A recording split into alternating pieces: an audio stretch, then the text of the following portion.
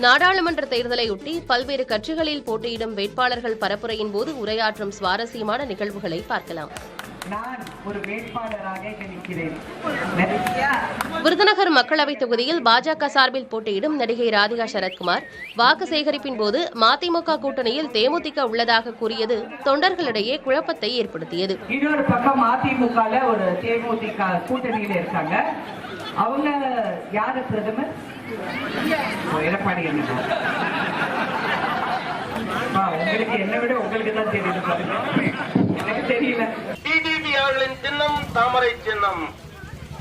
உங்களை நாடி உங்கள் இல்லங்களை தேடி ஓடோடி வந்து கொண்டிருக்கிறார். வேலூர் நாடாளுமன்ற தேர்தலில் பாஜக சார்பில் போட்டியிடும் புதிய நீதி கட்சியின் தலைவர் ஏசி சண்முகம் தேர்தல் பரப்புரையில் ஈடுபட்டார்.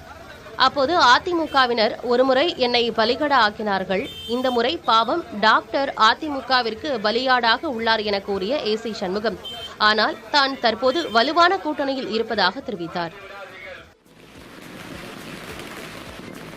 ஸ்ரீபெரும்புதூர் நாடாளுமன்ற தொகுதியில் அதிமுக சார்பில் போட்டியிடும் வேட்பாளரை ஆதரித்து முன்னாள் அமைச்சர் பெஞ்சமின் அயப்பாக்கம் ஊராட்சியில் வாக்கு சேகரித்தார். அப்போது பேசிய அவர், எம்பி என்ற பாசுக்காக ஆசைப்பட்டு 84 வயதிலும் TR பாலு ஸ்ரீபெரும்புதூர் தொகுதியில் போட்டியிடுவதாக விமர்சித்தார். அவர் எதற்காக நிற்கிறார் என்பதை நீங்கள் புரிந்து கொள்ள வேண்டும்.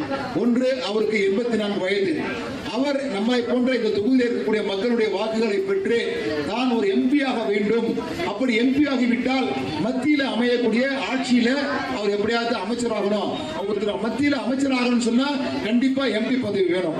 அப்படி எம்பி பதவி வேணும். அந்த எம்பி பதவி எப்படி பெற வேண்டும் என்பதற்காகத்தான் இங்க இருக்கிற மக்களை எல்லாம் ஏமாற்றி அவர் ஒரு லைசன்ஸ் போல, இந்த எம்பி பதவியே ஒரு லைசன்ஸ் போல நின்று இங்க வாங்கிட்டு போடுறதுக்காக தான் இங்க போட்டிடுறாரு.